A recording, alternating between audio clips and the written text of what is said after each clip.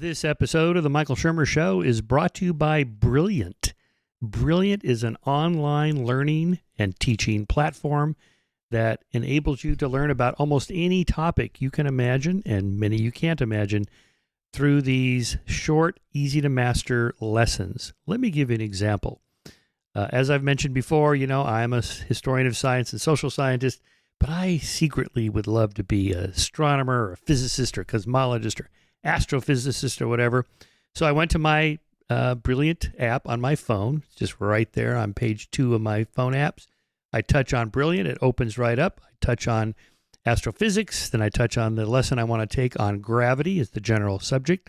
And then all of a sudden I get a quick little just 2-minute read on what gravity is, gravitational forces, little picture of Isaac Newton, and then his famous formula, F sub G equals Gm1 times m2. That is the mass of one object times the mass of the other divided by r squared, the radius squared between them. And they have a nice little picture there of the Earth and the Sun, the distance between them as the radius, the center of the Sun, center of the Earth, their distance.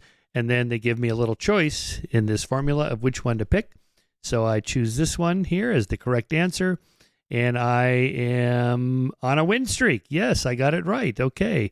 3.5 times 10 to the 22nd n. All right, I don't know what that means, but I can find out by just hitting continue, and it gives me an explanation of how that came to be. Anyway, that's just an idea of how easy it is. Even an inept physics person like myself can learn that in no time. That's how Brilliant works. It's a great platform. Check it out. Go to brilliant.org/skeptic to get your free 30-day trial, and the first 200 of you get 20% off the annual subscription rate. So check it out. It's big fun. It's a lot of fun to learn new stuff like that, and they've really mastered the interactive technology on that. Brilliant.org/skeptic. Oh, sorry. Yes, brilliant.org/skeptic to get your free 30-day trial, and the first 200 of you get a 20% discount. My guest today is Katherine Brodsky. She's a journalist, author, essayist, and commentator who's been taking an especially keen interest in emerging technologies and their impact on society. She's contributed to publications such as Variety, The Washington Post, Wired, The Guardian, Esquire, Newsweek, Mashable, and many others. Over the years, she's interviewed a diverse range of intriguing personalities, including numerous Oscar, Emmy, Tony, Pulitzer, and Nobel Prize winners and nominees, including the Dalai Lama. Cool. She's the author of, here it is, the new book, No Apologies, How to Find Our Voice in the Age of Outrage. Katherine, nice to see you. Nice to see you, too. You're one of the first people to read it, too, which is kind of neat. Oh, yeah. No, I read the whole thing. It's fun. A lot of these people I know, Pete Boghossian and Brett Weinstein and a few others there that I know, a few of the stories I had not heard. And I tweeted about it yesterday about my blood pressure going up. It's just so infuriating what has happened to some of these people. It is. Yeah. Well, can you imagine being them then? If your blood pressure is going up, just reading about them. I know. I've largely escaped the cancel culture, I think, in part because I'm maybe older and more established in my career, so and I'm independent. So far. No? You're so far. Yeah. Being independent is actually a great way to sort of proof yourself from the cancellation side of things. But sadly, most people are not very independent and are not so proof. But even then, I mean, things happen, right? You need a community. I guess it depends on what could happen. I mean, if I was 35 and associate professor hoping to get tenure in the next year or two, I could see why I might just keep my mouth shut on touchy issues. Correct. Well, and I think in your case, even now, I'm not trying to fearmonger here, but it depends on what it is. And, you still rely on a community to an extent. But if you build a community around you that's supportive and open-minded, that's certainly harder to do something about. Right. So maybe independent journalists who have, 10,000 followers that pay $5 each or something would be harder to get all of them to quit at the same time over some outrage online versus you have one employer who writes your paycheck. Absolutely. Yeah. Yeah.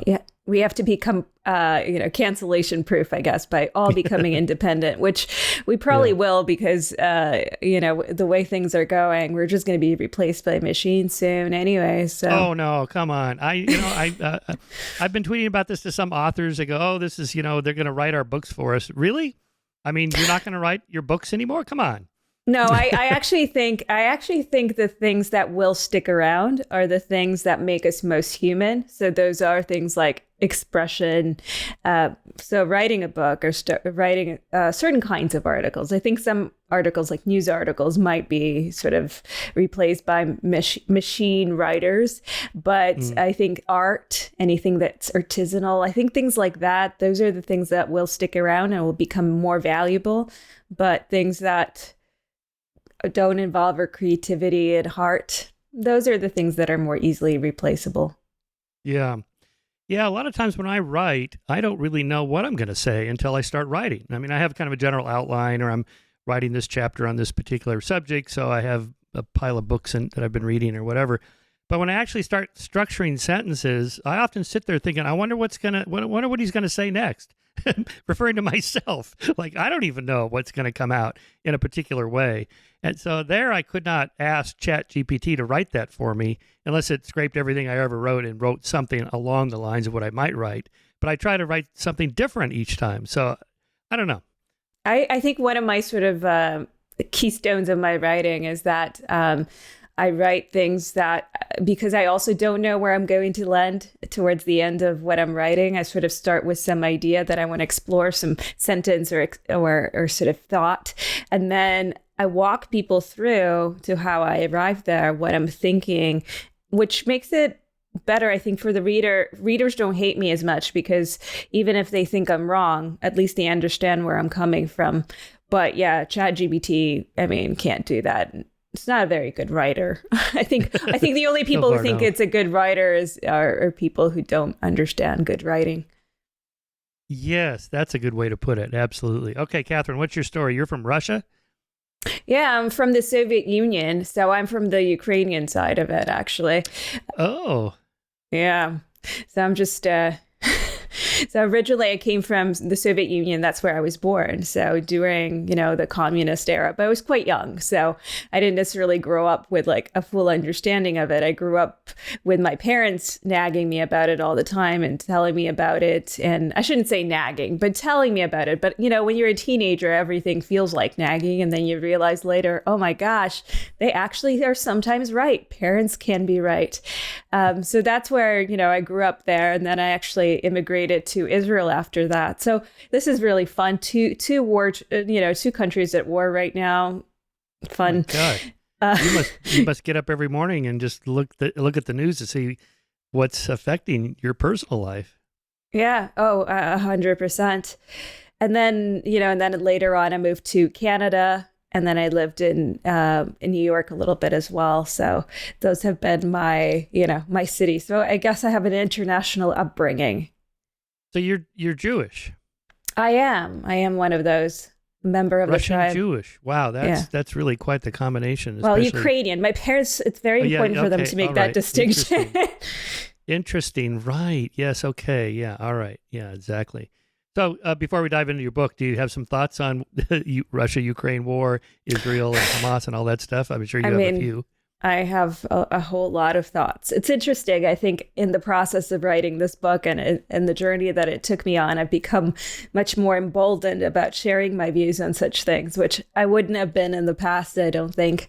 But Ukraine, watched, it's interesting with Ukraine. I didn't feel like a deep connection to the country because, my parents did have to flee. It wasn't the best life there. Being Jewish in the Soviet Union, where everyone's equal, but some people are more equal than others. It was not the best place for Jews. And there are many other reasons why it wasn't the best place. But I see Ukraine as a country that's changing, trying to be, more liberal in terms of its values, more international. And regardless of what I think of it, I don't think that they deserved the situation that they're in now. And, with Israel, I try to look at the facts, same as I did, by the way, with Ukraine, because I wasn't very familiar in the beginning of all of this with the politics of it. And I remember my followers were quite surprised that I took a more pro-Ukraine stance. And they're like, well, you're missing a lot of information. You just don't know what you're talking about. You should take a look at it. And so I did. I took a look at it. Now I'm much more informed, and I still take the position that I do, but in fact, more strongly, because I'm more armed with information and understanding where certain bits of propaganda get sort of pushed forward. I know that they are inaccurate. But with Israel, to me, it was just really shocking. October 7th in particular, of course, because I never expected anything like this, but more so, I didn't expect the reaction that I saw happening in the world.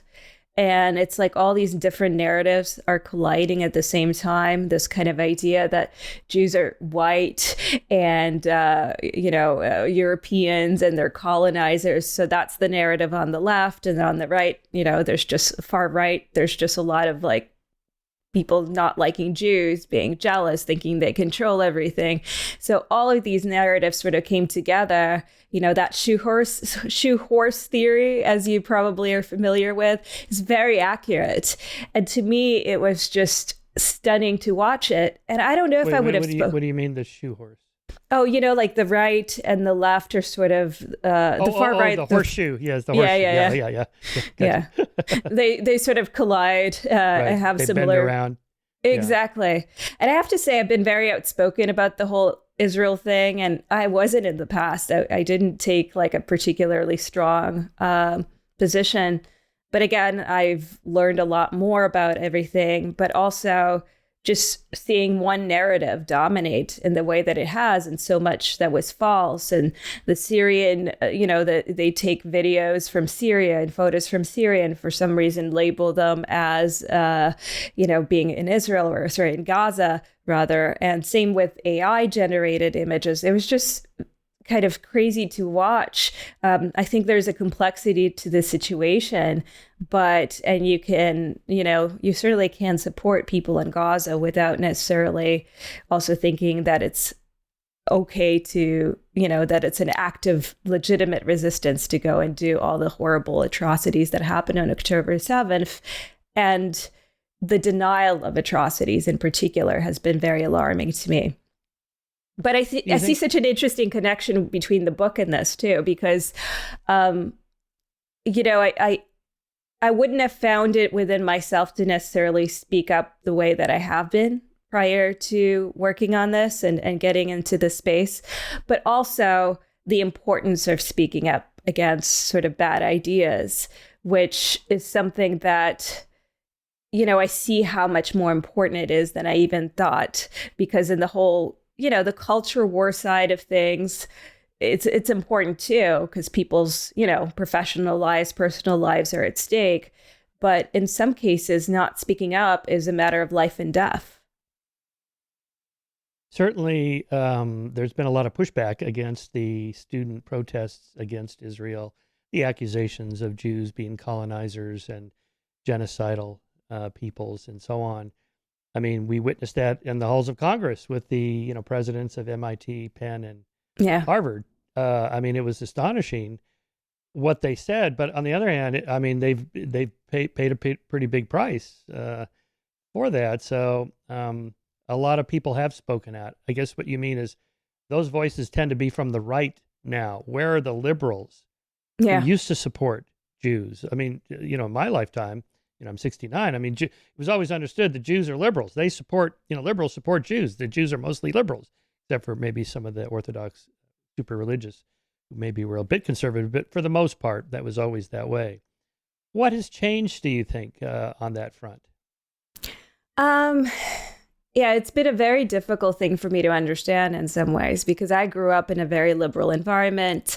I studied in a very liberal school, in the most liberal department probably in that school. I studied communications, and the principles that I really valued were principles of freedom of speech, for example. That was a tenet of liberalism, frankly. In fact, we were taught that it was conservatives who try to suppress that. And historically, you know, they certainly have at certain points.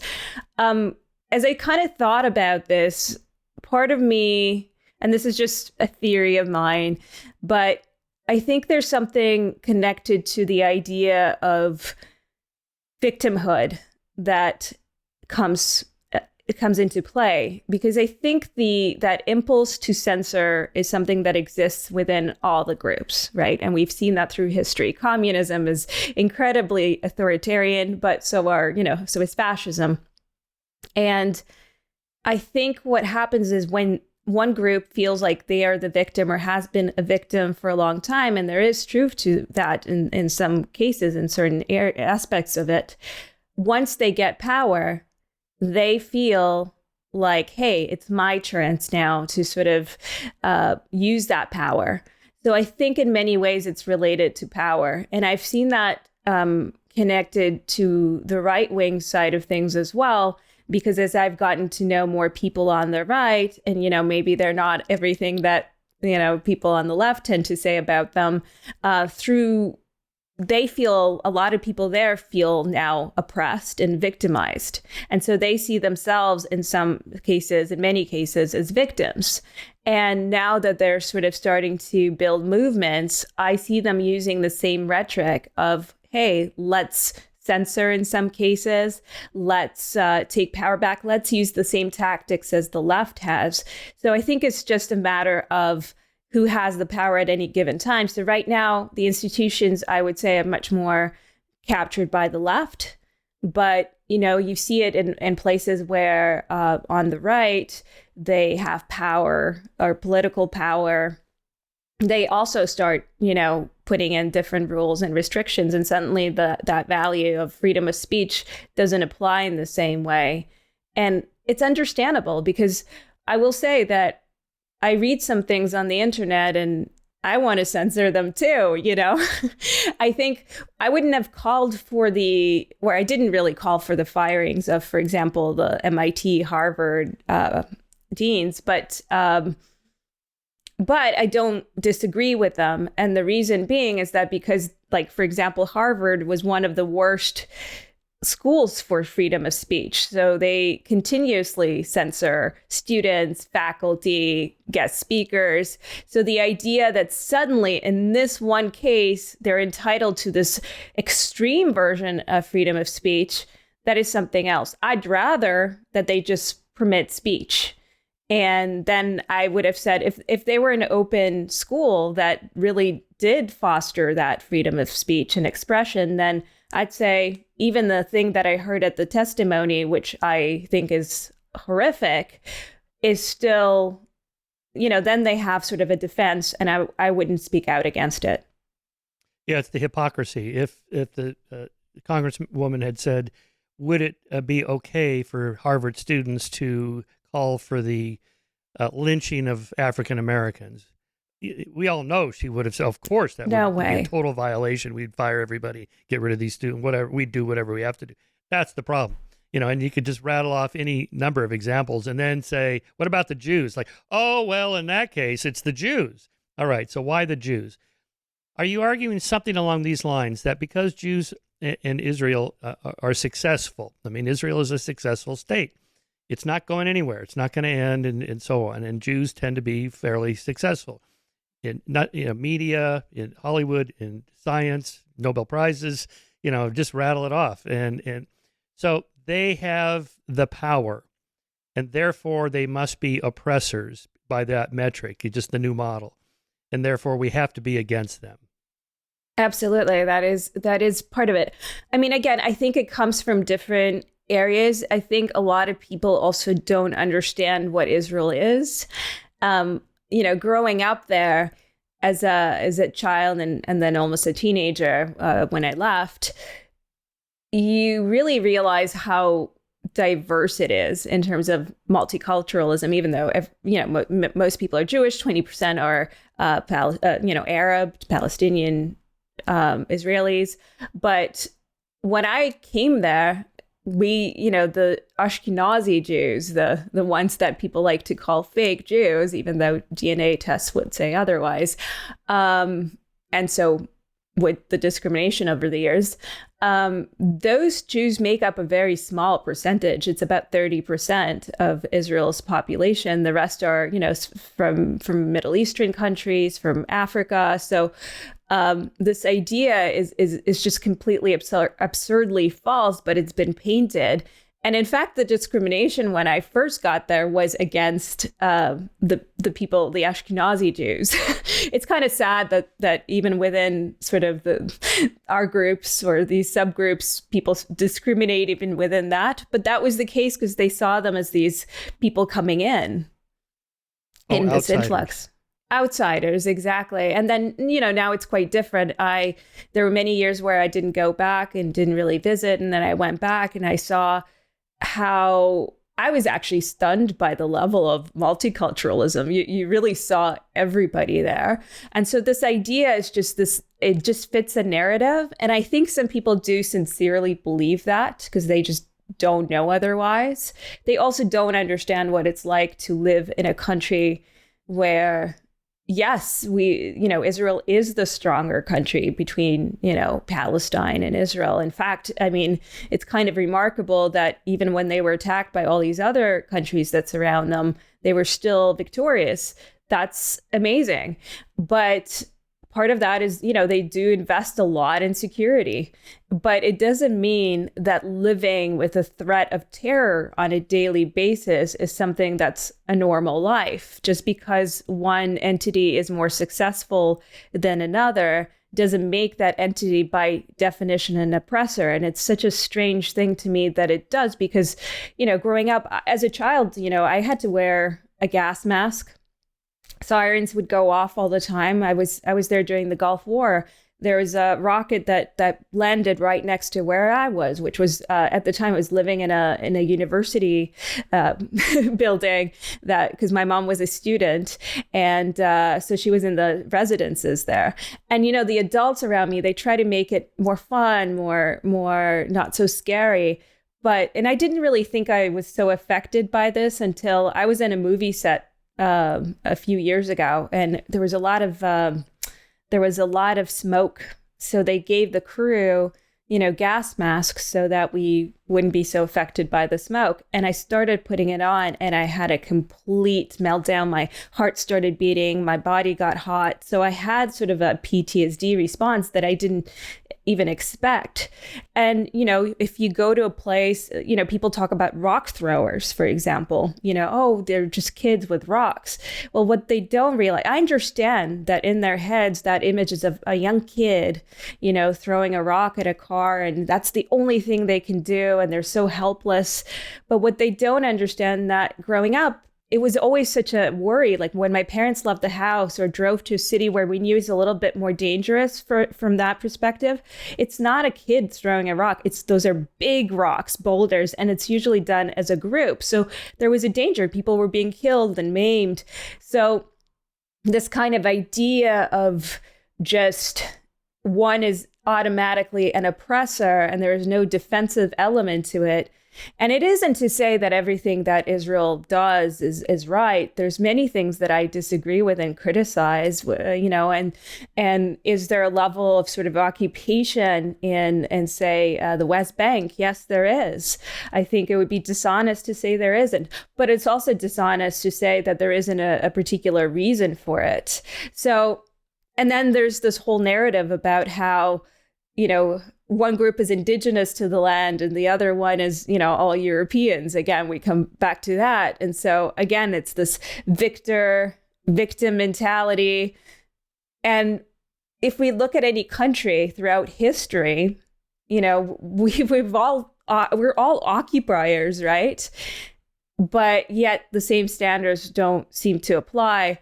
But also in this case, there's historical, it's not as simple as there was a country called Palestine. The Jews just moved in, took it, and stole the land. It's just not true.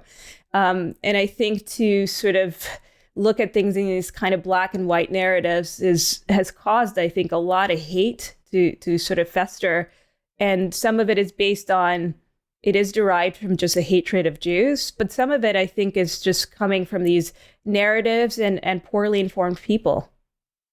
Yeah. Yeah, and a lot of it is just factual misinformation that's fueling the hate. Have you followed the story about 23andMe database being hacked with the Yeah, a little bit. Yeah, they were targeting Ashkenazi Jews. That can't be good. No, it's actually very scary. And I've heard some very scary individuals speak about how they want to have control of DNA companies and use it. And I don't trust those particular individuals, and they have power. So it's very, I'm actually quite concerned about anything, to do in the genetic side of things. I also find it really interesting. I mean, I've looked into genetics a lot. I studied my own genes, and it's very interesting to find little patterns and figure out what's wrong with me. I am Ashkenazi, yeah. Right. I think Steve Pinker wrote a piece on Ashkenazi Jews and genetics and stuff, maybe in the late 90s. Might want to check that. I remember it being, because they're disproportionately successful, particularly in the sciences, and the STEM fields and so on. Interesting. And I know some people think it's genetics, but I think it's everything is partially genetics. I mean, the environment has to operate on something, which is a brain that's built by genes. Ultimately, of course, not one. But a lot is also cultural. I mean, I think when you have certain values in your culture, like you have to, it's expected that you have a certain intellectual rigor in say my family and many other families, not all families, but it is something that's much more part of the Jewish culture. And if you have generations and generations of that and valuing education and innovation and having to create your own businesses often because, to be proof, like as we've discussed earlier, just in this case, it would have been against anti-Semitism. I mean, all of Hollywood kind of exists for that reason, because it was not a particularly attractive area to go into at the time. And then it was built up and became successful. And now everybody wants to be part of Hollywood. Well, not everyone, but a lot of people do. And it's not something, it was considered sort of a dirty industry in the beginning, and nobody wanted to touch it. Mm-hmm. Yeah, same thing with finance and banking and so on. When that started in the early modern period, no one else was doing it, and Jews were excluded from most professions, so they went into banking and finance. And then the anti-Semites go, aha, look what they're doing. Exactly. Well, and other groups weren't allowed to lend money, and there wasn't such a restriction with Jews. So, of course, these things are going to have a massive impact. And it's weird to me, though, when I look at other countries, like I studied Scottish culture, for example, in school. I don't know why. I was really fascinated with Scottish culture, and I took a course. Yeah. And I joined the Scottish Nationalist Party. I was a weird kid, but I was just really fascinated for some reason. And so I took this class, and it's really interesting because they're not so different from Jews in some way, in the sense that, they're always looking at, what does a Scottish person look like?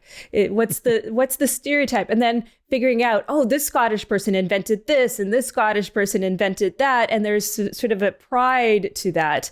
And I think there's nothing, this is the odd thing for me. When I see another group performing well, I don't go, those jerks, how dare they capture every institution? I just think, wow, that's really cool. And I look at, okay, what makes them, for example, I very much admire Japanese culture.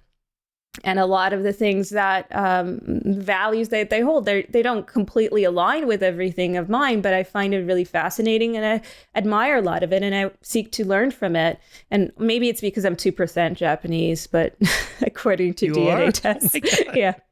That's wild. It is. It's my claim to diversity, I guess. But I always say it. People who are not Japanese, I think, get offended, but Japanese people love it. So I'll go with the Japanese people's thoughts on this. Yeah. Well, of course, the Asian culture of learning, education, the STEM fields, and so forth, and discipline is well known to the point that if Harvard didn't discriminate, half their student body would be Asian. So now, the courts are going to decide that, or they are deciding that. Well, I see the same parallel as with the Jews, right? They didn't want so many Jews in the schools and they had laws. And then I saw that happening with Asian people. And I did speak up about that because I saw it was the same kind of thing. And it just doesn't make sense. If you don't want that many Asians in your country, fine, don't allow such high immigration. I mean, if that's really what you want, but once they're a citizen, they should have equal rights and equal access to schools. And the fact that you treat one group differently from another just because they do better academically is sort of ridiculous to me. Right, and now it's the right supporting the argument you just made, whereas it used to be the left. So go ahead. What went wrong or what changed in the last quarter century or so? I don't even think I have a good answer for that. You're right. It has switched. But do I fully understand why? I don't think I have a very good answer to that because I came to this late, I think, partially. Let's think it out loud here. So if your metric is we want equality, but that word shifts to meaning equal outcomes, because in the past there was discrimination and people were kept out of top jobs. There was a glass ceiling and a whatever else you want to call it against African Americans and so forth. That really did exist. So the Great Society of the 60s, we're going to do something about it. Okay, what are we going to do? Well, the government's going to start keeping track of who is in which jobs and what the ratios are of the different racial and ethnic groups and so forth and gender. And so the moment you have people ticking boxes, then and you have a census and so on, and you have social scientists studying that, people are going to ask, why are there not more women CEOs of Fortune 500 companies? Why are there not more African-American coders hired by Google? And so on. You just go right down the line. It's never going to be the perfect 13% African-American, 50% female or whatever, because that's just not how life works. It never works out that way. If for nothing else, just interest differences. People have different interests, and they're not going to sort out in the perfect ratios that you want them to. So there's something there, I think, that's happening. Yeah, it's also a combination of that and both people who are sort of advocating for them, but also going back to what I said earlier about this kind of victim becomes somebody who's now has power. There's something psychological about that. And now being a victim is a source of power, can be a source of power, which some people take advantage of. And I think sincerely convince themselves that that is absolutely the right thing. But I find that very damaging to even the groups that are sort of getting these, let's say, privileges. And this idea, because I noticed that at first with women, and that was easier for me to talk about because I am one, I think. I identify as one anyways. And no, you are. You don't have to identify it. You just are. I just am. So anyways, I was basically, I noticed there was a quota. So for a funding agency in Canada, they gave out, they give out funding for films. And I remember going to the meetings one time where they were discussing some of the difficulties women were having, for example, finding childcare and things like that, which, that makes sense. And then I remember learning the statistics of how many women submit versus men. And that statistic is 30% and men submit 70% of the applications. So if they're the same kind of ability, talent, skill, then you should have a representation of roughly 30-70%. But what they did in a few years after the meeting that I went to, or even within 1 year of that meeting, was they announced that they're going to have parity. Well, parity means, so now it's 50-50, but the number of submissions isn't 50-50. So that tells you that you're going to get things greenlit that probably don't deserve to be greenlit. And then people look at women who get their projects greenlit and they say, oh, that's a diversity. Or somebody gets hired because there's now quotas. Oh, we need to hire more women, minorities. And then you look at that person. I found myself sort of being discriminating even, where I remember if I get a female director on a set, I'd be a lot more diligent about checking their credentials. And then some of them really were diversity hires, 100%. They had no respect from the crew. They weren't good. And some of them were absolutely brilliant and accomplished and some of the best people I worked with. But that thing in somebody's head is going to be there. And so I don't think that benefits the groups that they're trying to sort of quote unquote help. And I think you want to remove, like my approach would be remove the obstacle of discrimination, because there is discrimination. There is discrimination against certain minorities, women. That happens, and it's not always conscious. But what they did, for example, in an orchestra situation where they found that they were not hiring as many women, they did blind auditions where they put up a curtain. And because and they found that the clicking sound of the shoes was also a bit of a tell, so they put carpeting down. And once they did that, they found that the number of women they started hiring for orchestras went up. And so it was at almost parity naturally. But then you know that the person is there because of merit. And also it takes away sort of the form of discrimination. And I think that's where we should be, making striving to do better, as opposed to just plopping people because, they represent a certain group, because I think it actually harms them. Mm-hmm. Yeah, for all the reasons you just said. That's why I like sports. It's very meritocratic, because particularly in professional sports, there's so much money at stake and so many careers and so on. They can't afford to do diversity hires. They just hire the best. And we're the rest of life like sports.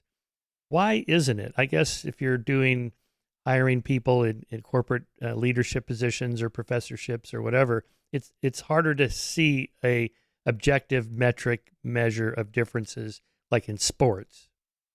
Yeah, it is harder. But I'm just sort of reminded that even in my book, Judith Curry, I remember she said, because she was in environmental science and she was an academic, but she said that in the business world of science, they really do hire based on merit, because the bottom line is ultimately more important. They care about merit. But in academia, you have so many factors. I mean, most people, and this has been the case for a very long time, most people who end up in academia are not necessarily in these high positions just because they publish great writing or are great professors. Usually it's all political, and you have to have people like you. So I think for many years it's been, more about relationships, and now it's probably a combination of relationships and let's signal something to the world. So this kind of virtue signaling aspect, I think, now plays a greater role.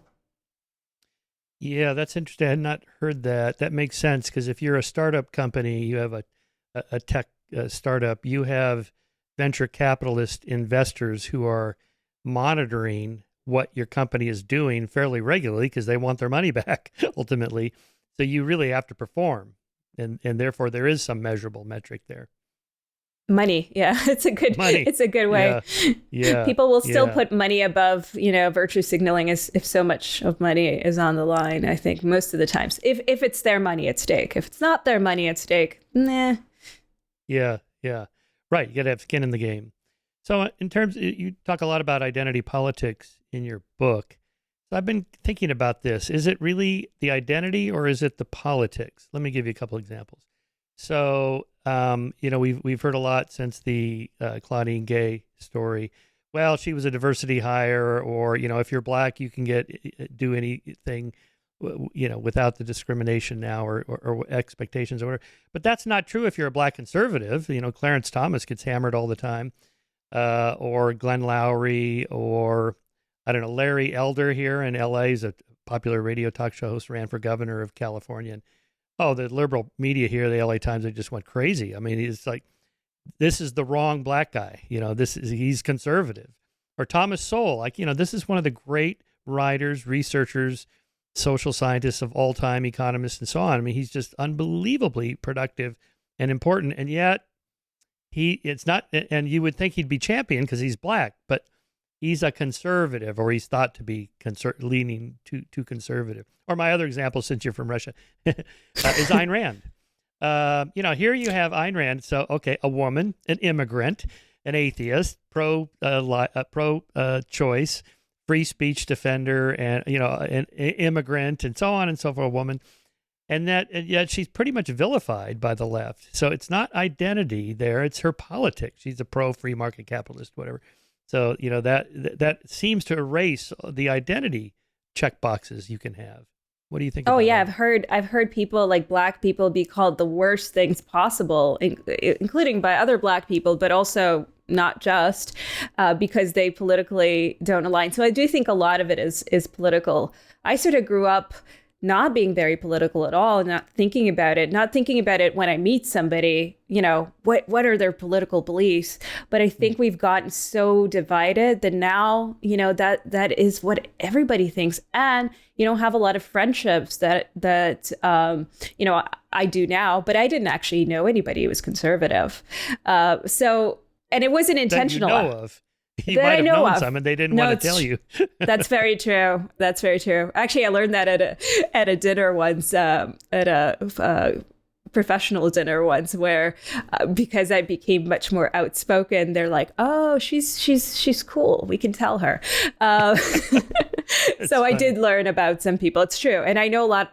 I know people in Hollywood and all sorts of fields where they absolutely have very strong views about the world and politically are not as much on the left as people might think, but they very much hide it. It's very sad that that's the case, because it's sort of, I think because we don't talk to each other enough and we think of each other as sort of the enemy, it makes it so that people get more radicalized. I think that's another thing that has contributed to it, right? Because when two groups are not talking to each other, their ideas shift and they become more radicalized because they don't have any way of honing their thoughts and having some opposition, which is incredibly healthy. So if you're shutting down everybody's speech who's not like you, and I see it, by the way, again, I think the left has better mechanisms for doing that now. I see that also coming from the right, because you'll hear people saying, you're a libtard and not really wanting to listen to you, and just because of what your political identity might be. And that is really sad, instead of kind of looking at each individual as a human being. So again, I think that really messes with our sense making, because we don't know. We have this very kind of confined way of viewing the world that's not open to any scrutiny. And scrutiny is very, very, very healthy, because it either makes your own thoughts stronger because you've now been challenged and you're able to defend it. So you understand why you think what you think or why you believe what you believe. Or maybe you move a little bit because there's some holes in your arguments. And that's incredibly healthy, but we don't have that to the extent that we need it. And so I think that's really caused a lot of issues. But the political identity, it's like you see everyone now as a political identity, and you see people put in their, in their bios on social media, they'll put, only blue, no MAGA, or on the MAGA side, it says MAGA, believe in Christ, no libtards, whatever they write. So it's like, now is that really the most important things about you? That who you vote for, is that really the quality you want to put out? But they do. And part of that is, very tribal. And part of it, I think, is also to keep others out, because you don't want to deal, if you put MAGA boldly and proudly, you're probably not going to get many followers for hardcore Democrats. So, and that's so unhealthy for our dialogue. And I think that situation made things more extreme. And I think you're right, because once you start viewing people in just political context, instead of looking at, what does this person represent? Are they kind to their friends? Are they principled? Are they, what do they actually believe? Even with something like, I know it's always been controversial, abortion, right? Well, once you understand why somebody who might be pro-life believes, the best kind of representation, not the straw man representation of it, I think you can value them as a human being, even if you disagree, and you understand that it's just we view the world a little bit differently, or maybe place more value. One side might place more value on the choice of an adult versus, another person wants to protect what they view as an unborn child. Neither thing really makes them evil, but they just see things a little bit differently, or a lot differently, and their values are a little bit different. But ultimately, they're trying to stand up for human beings, and that's something they share. Here, I think you get conflicting rights issues, which is a lot of moral issues have conflicting rights. The rights of the mother to choose, the rights of the fetus to live. There's no perfect solution in this particular case. You can't have everything. It's just compromise. It's just the way it goes. And compromise is something I think most people I talk to on the left and the right do tend to ultimately agree on a particular compromise in that situation. They might not be happy with it fully, but they're okay with it. And instead, these things are used as political pawns, as political tools to kind of keep people fighting, instead of actually taking, hey, let's listen to the reasonable people on each side and ignore the people who are radical fringe on each side who don't want to compromise. And let's just find something that sort of works for both. And that's a problem. I think that what keeps sort of politics the way that it is right now. Well, American politics, I'm not American, so people don't like it when I comment, but it affects everybody. So I pay a lot of attention, obviously, but Canadian politics aren't easy. Are you Canadian by citizenship now? I am Canadian, yes. Oh, you don't have an Israeli passport? I do, yeah. So Canada allows you to have both? Yes, yeah. Oh, I see. Okay, yeah. All right, talk about cancel culture versus accountability culture. Let's use Claudine Gay as an example of this, maybe in the reverse direction. And we should note that she wasn't fired. She resigned from her presidency. She still has her professorship contract, apparently at close to $900,000 a year. So it's not like, she's homeless, right? So, but still, I get this, right? I mean, the right, definitely went after, and Christopher Rufo just posted an essay yesterday explaining exactly why. He's basically arguing, and he has been for like the last 6 months, conservatives who are principled and want to argue just from ideas, that hasn't worked. So forget that. Let's just make it a war. We're going to fight better than the libtards fight, basically. Yeah. We're going to, they've been bringing a gun to a knife fight, so we're going to bring a gun too, and maybe a howitzer. It's like, all right, okay. It's been very disappointing to see, I will say. Why is that? Okay, go ahead. Well, because originally when I started my sort of journey towards freedom of speech and speaking up about things, I did sort of align with some conservatives that I got to know, because they seemed to be fighting out of principle and wanting to, to stand up for people's rights. And then as I saw this progress, some people continue to hold those beliefs and hold on to principles. But a lot of people started realizing that it's a tool, it's a political tool. So somebody like Rufo, at least he's honest about it. But, he knows exactly what he's doing. He's using it as a tool. And the same thing, with the firing of President Gay.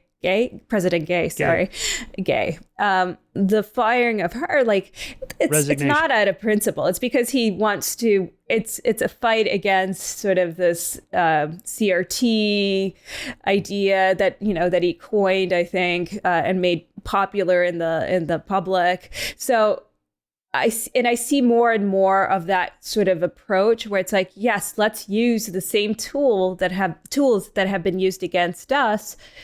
But we're going to do it. We're going to make things better. We're going to win, because it's so important that we win. It's the most important thing right now. And once we win, then we'll go back to having principles again. But of course, I don't think that's how it works. I think the left did the same thing, by the way, right? They were such fighters for freedom of speech because they were being oppressed.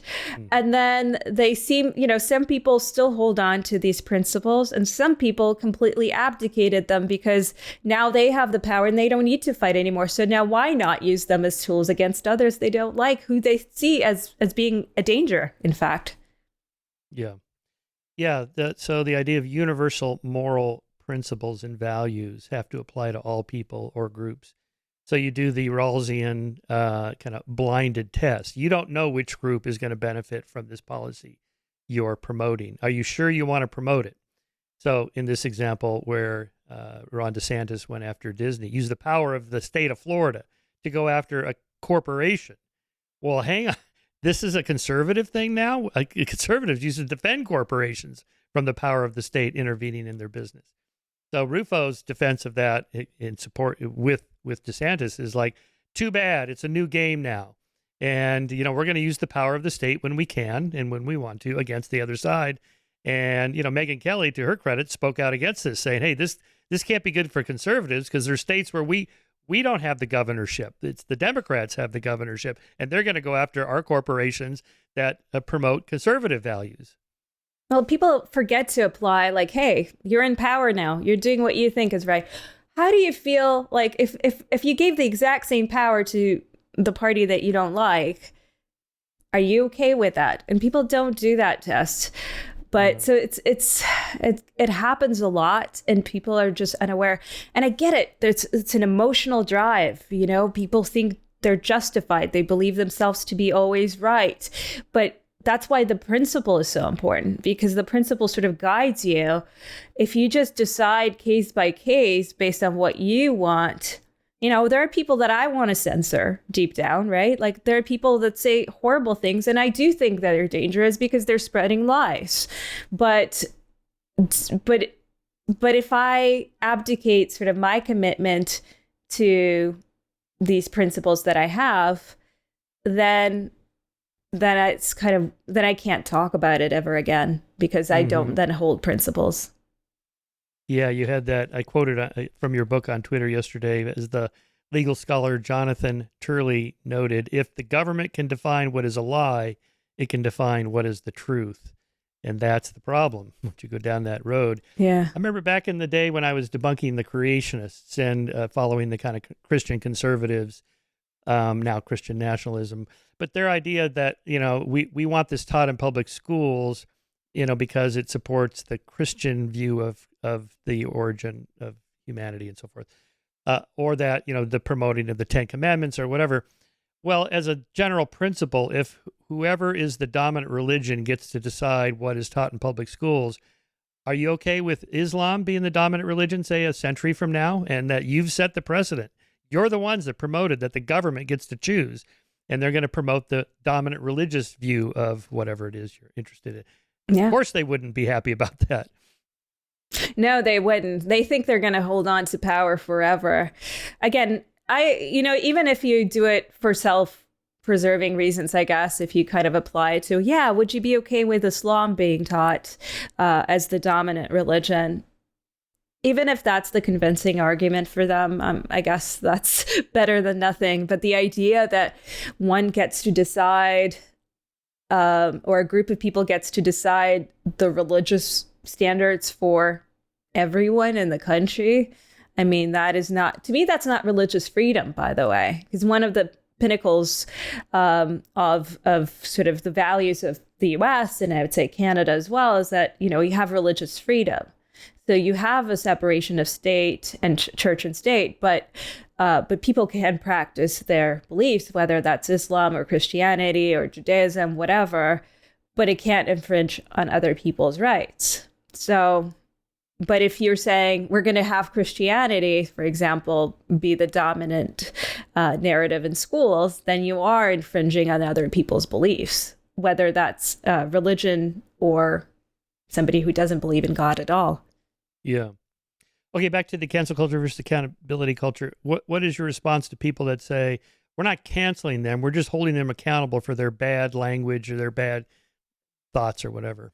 Yeah, I thought about that a lot, actually, because I don't think there should be zero accountability for your words. Sometimes your words, you say horrible things and people might not want to associate with you, and that's understandable. But I think as a society, what we do is that we take somebody's good faith argument or something that somebody said from, 10 years ago and maybe completely change their mind on. And we have no grace. We have no understanding. We shut down speech that we just are offended by and therefore can't explore really important things in society. And the punishment, if you faltered and maybe said something a little bit off color or made a joke that's like maybe a few people deem a little bit racist versus somebody who, committed an actual crime or has discriminated against people in the workforce or something like that, or harassed people physically, touched them inappropriately.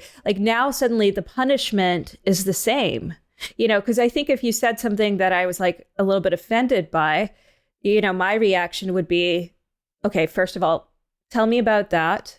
Let's explore this a bit more. Hey, I disagree with you. This is why. And that seems like a reasonable consequence to your speech. If you're, coming in good faith and you're thinking, you're trying to make a point and maybe I find it that I disagree with it or I'm a bit offended by it.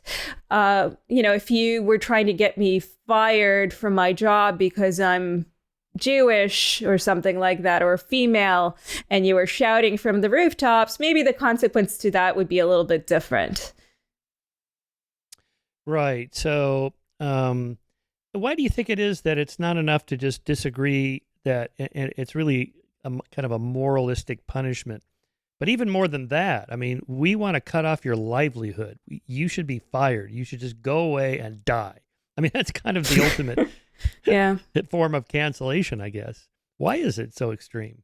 There's such a puritanical sort of aspect to it. This idea that some people just don't deserve to exist because they are so harmful, because their ideas are so dangerous. It's kind of that phrasing of, words are violence, right? And while words are certainly not violence, they could hurt. There could be a physical, even feeling that comes from what some words might do, might cause anxiety in you. So there's a physical component to a word that really punches you in the gut, but there's still not violence. And ultimately, what one person perceives as being, a violent word or violent language isn't necessarily what other people perceive it to be. So there is not even a consensus on that. So you can't say words are violence, because then suddenly who gets to decide which words are violence? But people elevate words to the status of violence because they're so afraid, I think, of having their ideas challenged, having their identities challenged, that it is such a discomfort for them that it's easier to paint another person as sort of a heretic. And I think, and the way that you punish people these days, this is not entirely new, right? There were mobs. People were called witches and were burned at the stake. So the punishment was actually really physical in the past, but maybe it required a higher standard of offense to get to that point. And now it's easier to invoke the sentencing. And so you don't need as high of a standard of offense to pursue it. So maybe that's something to do with it. Yeah. Yeah, it's definitely moralistic punishment. We know from game theory research that when people are perceived to have cheated at a game, people are willing to actually pay money to punish this person that didn't distribute the goods equally and so forth. Even when it costs them themselves their own profit in the game, they're willing to sacrifice that for the idea of punishing. I mean, there's something deep in our psyche about wanting revenge when we're harmed. A lot of anthropological research on this. It definitely pumps the dopamine into your brain when you see this person you are upset about being punished. Even if it's just they get buzzed with a loud noise in their earphones, or they have like 3-alarm hot sauce that they have to eat on their cracker or whatever the particular experiment well, is. And it's also a much more, they have less resilience. So it's part, I think, also of the upbringing. Like I grew up, kind of an Eastern European Jewish family. So you have to develop a little bit of a thick skin because there's no criticism I look at sort of North American children and how their parents just kind of fawn over everything they do. And they're so nice and so complimentary and they can do no wrong. And we support everything about you. And the movies show that you can't miss a single baseball game or you're a terrible parent, even if you're working late to provide. So that kind of way, that narrative, I think has had an impact on people too. So I guess that is to say that they are weak, because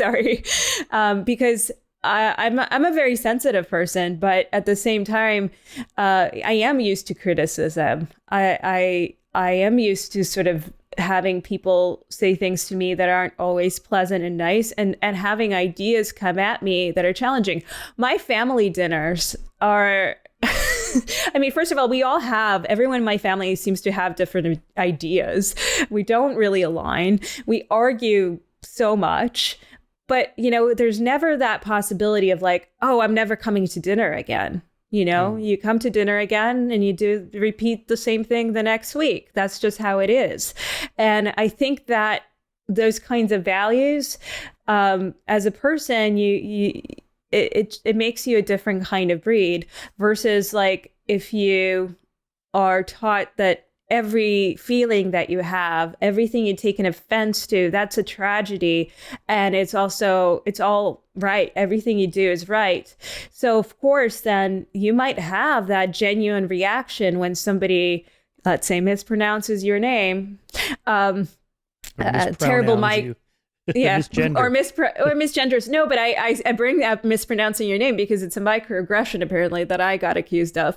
But so if somebody for mispronouncing somebody's name, literally. Oh, I muck up names all the time. Oh my God. I do. Well, I clearly do. And people muck up my name, my actual name. So it's like, I'm not offended by that, but that person may have sincerely perceived it as a terrible thing because they might have saw it as something where I don't respect them. Maybe because their name is a foreign name. That probably played some insecurity that they have about that as well. So now they take their victimhood, but they have power. They have the power to, in my case, this person made up lies about me in a community. And but this person has the power of words, whether they're true words or lies, but they call you something, they call you a racist, or they call you this or that. Well, it's very hard then because people listen to that person. I mean, they don't want to be associated with a racist who mispronounces people's names. That's awful. That person is off to the boondocks, So it's something that I think it plays a really big role in our society. Yeah.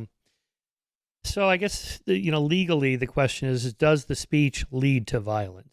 So we're seeing this being played out now with the January 6th insurrection. Did Trump's speech directly lead to the protesters, breaking it? Of course, his team is arguing no. But, and I've talked to First Amendment lawyers about this. It's a pretty high bar you have to meet to convict somebody that the words they used led directly to the violence that ensued. That's pretty hard to prove. So I don't think he's going to be tried or convicted for, leading the insurrection or whatever. I don't think that's going to happen. But certainly it can. Yeah. So I don't know. Again, just riffing off a few things you were saying when I think they can, but the counter argument that people make to me, and I think it's a valid one. So I do think that words can potentially sort of incite violence, right? And that's why you have that as an exception to the First Amendment. But so incitement to violence is not free speech. But at the same time, what other people would argue is, well, yes, words, people hear words, but they are still individuals who decide for themselves whether they follow. So it's sort of that high school idea that people usually repeat. It's like, if somebody told you to jump off the roof, would you jump off the roof? So the people still have their own free will, whether they say go to the Capitol and riot or try to take over, whatever they did.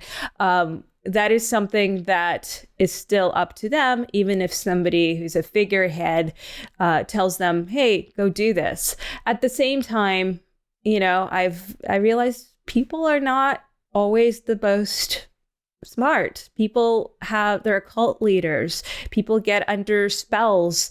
People can be manipulated. And so I don't have a very clean cut answer to this in some ways, because I do believe in the individual choices that we make. I believe I value that above somebody who says, well, so-and-so told me to do this, right?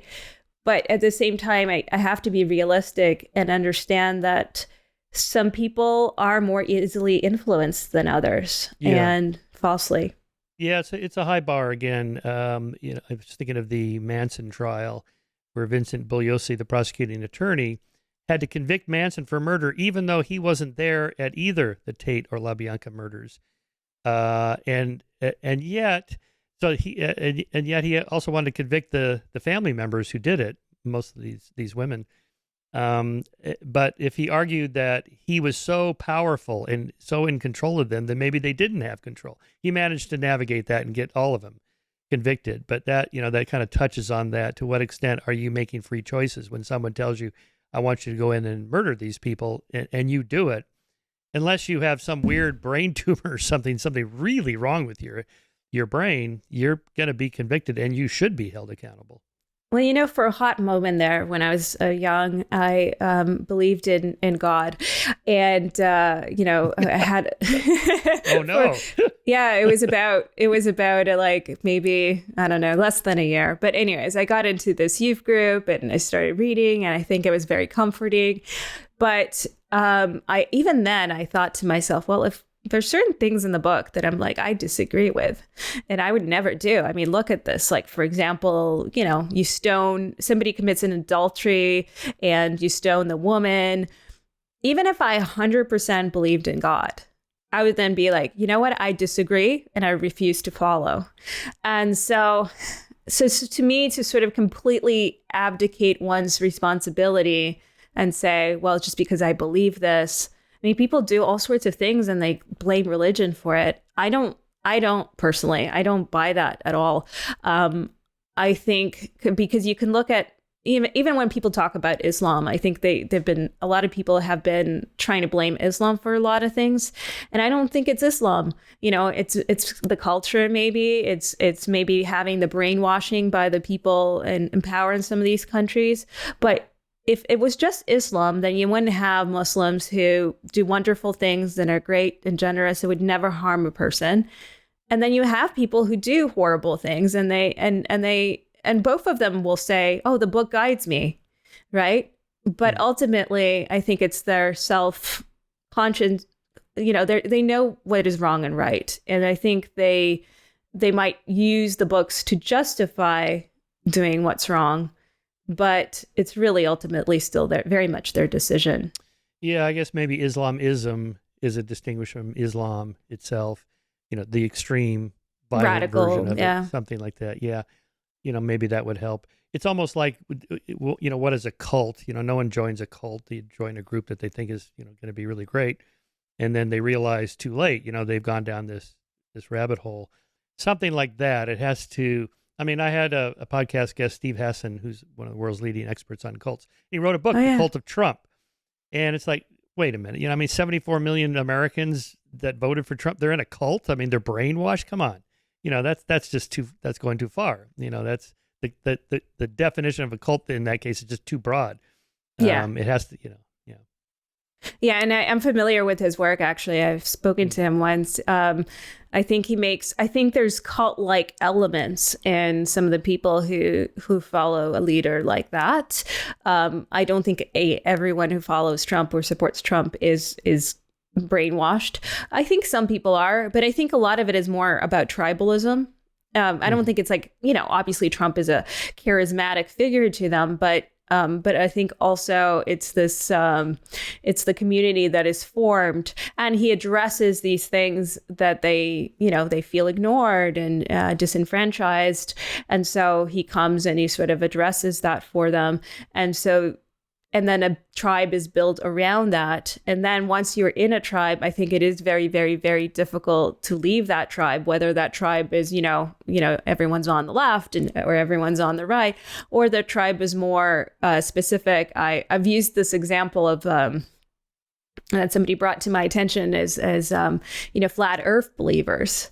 And sometimes there was a documentary where one of them sort of has the recognition that the Earth is indeed not flat towards the end of this documentary, but still won't leave their also acknowledges, I can't change my mind. Why? Because I will lose my tribe. And I think that is such a massive factor, particularly why people hold on to the beliefs that they have, because it's not just a belief. As part of it is, the self-identity around that belief. Oh, I'm a liberal, I'm a social justice warrior. That is an identity that you now have. And to shed that identity, I think, is very, very difficult. But also more difficult, I think, is losing that tribe, because now you're alone. And I think people are fundamentally just completely terrified of being alone. That's why people have so much anxiety about, being judged in social situations, public speaking, because it's all about wanting to belong to a tribe and fearing being sort of evicted from it. It's probably one of the scariest things for individuals, and even the strongest individuals. I think the people who have a tendency to speak out and speak their minds more, they're the ones who are actually less attached to tribes. And it seems to be a pattern, because I noticed a lot of, I've identified, I think, much more as an outsider. And maybe that's part of what made it easier for me in some ways. Because of your background and your multiple nationalities. I think so. And also my personality. I was never somebody fit in. I was definitely bullied in high school. I'm one of those. For everything. I am a bit eccentric, I guess, and I didn't fit in. I wanted very, very badly to fit in when I was in high school and growing up. I very much wanted to fit in, and I couldn't do it. And then once I got to university, I found that I cared less about large groups of people and cared more about, because I got some friends that I liked, and they just accepted me for who I am.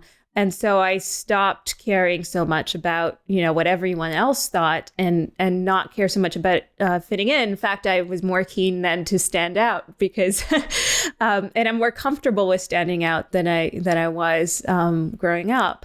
But that took some time. But I was always the outsider, and I probably will always be, even in this kind of heterodoxy world. I still feel very much, I know some people, I'm friendly with some people who talk about similar things, but I still don't feel like it fit into any group.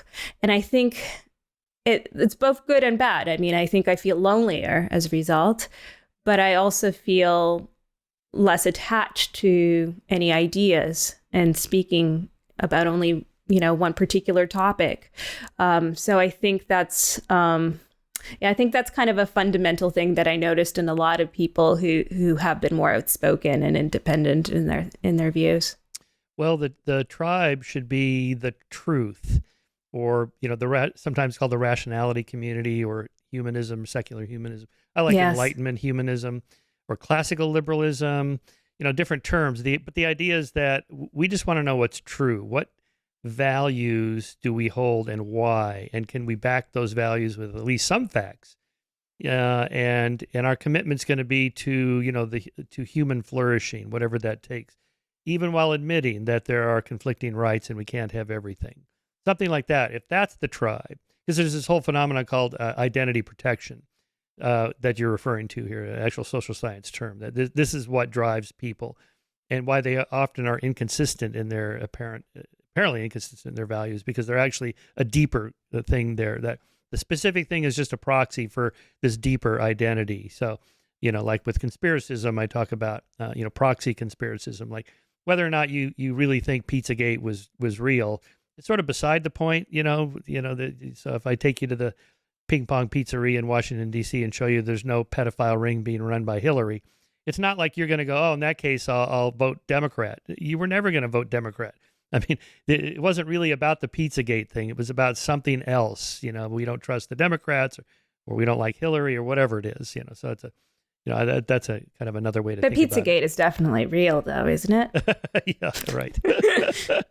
Oh, there's a new conspiracy. I won't even say it, but there's a new conspiracy that's being pushed. And I was just like, wow, people are so. Wait, go ahead. No, I'm into this. Which one? I don't want to. It's about Hillary, but it's too demented, and I don't want to even give it. Yeah. It's too disgusting. But I just find it interesting that people will just say, hey, I saw the video, and then people just believe that they did. And it's just stupid. Yeah. Sure.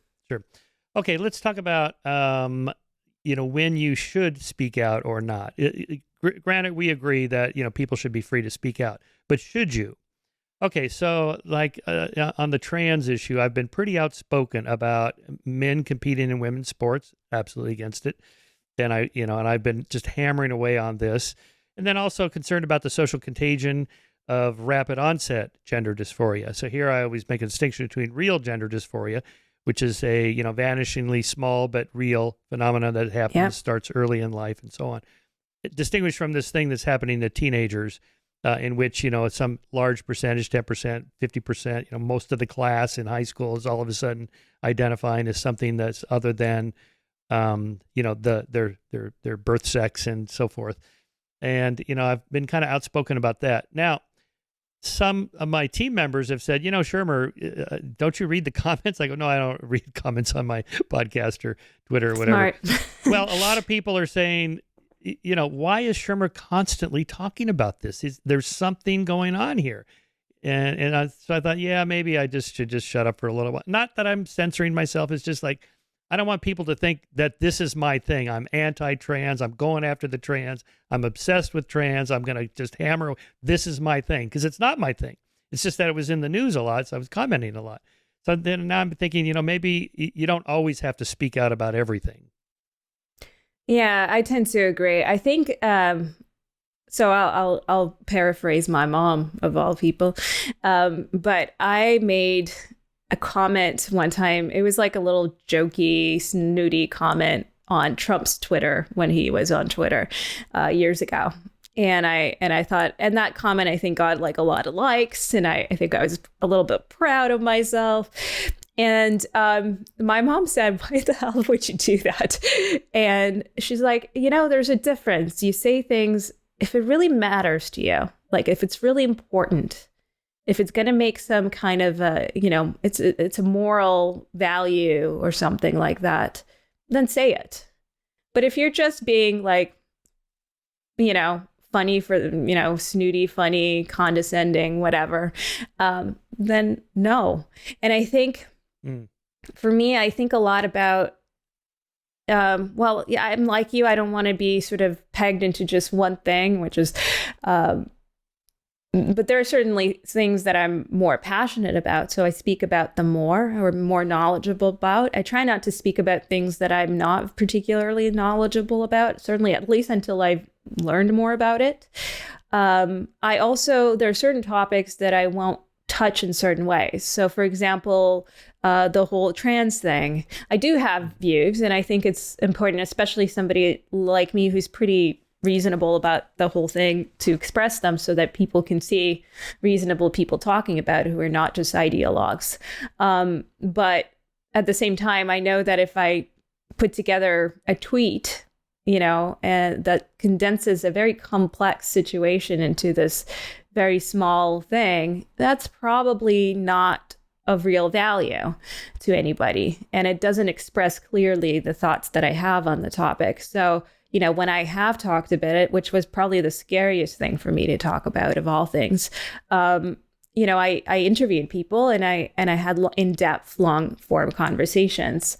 If this is not my main topic either, so I don't put a lot of energy into it. But if I was to tackle something like that, I'd write a long-form piece. But so I think it's not just like what you talk about, but how you talk about it. And in what format you talk about it. So some things I think deserve long form consideration and thoughtfulness and care. I also it's very easy. I know that if I write things a certain way, they're going to be very popular because it ignites people. They get very emotional and passionate about it. And I know it will spread. but I also know that it does more harm than good. So I do believe in, while I don't censor other people's words or want to censor how they speak, I do think about how I put forward my ideas, because I think I think that's important. I try to do things in a way that doesn't divide people, and I'm quite intentional about that. So I try to show people different points of views on the same topic as much as I can. So those are things that, I'm sure I fail sometimes or many times, but that is something that I think about a lot in how I talk about things. So not just what I talk about, but how I talk about it. Yeah. Maybe part of the problem is Twitter is so active. X, sorry. Every time you log on, it's like there's some new controversy you want to ring in on. I've written several long pieces on trans and what is a woman and men in sports and all that stuff. But, that was like a year ago. And there's been like 27 controversies since then. And I just like, okay, I've already said this and here's what I wrote. Here's the link again. And I don't always do that. So then I'll just comment. It's like, he's commenting again. Maybe just kind of the way the system is set up. I mean, I unfortunately do read the comments, but I think it's also so important not to fall for the comments. So it's one thing to sort of consider, especially people who might have interesting thoughts to share. I also read the really bad ones that I've probably heard. I think I've developed much thicker skin because I probably have heard every mean thing somebody could say about me and how I look and everything that anybody can say.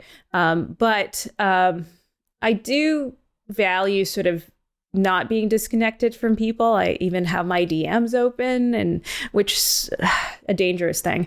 But I do think that some people get so audience captured, and I've seen that so much, either audience capture or idea captured, both really. They go all in to the point where they might have been arguing against people who are closed-minded and can't change their minds, but they become those people themselves.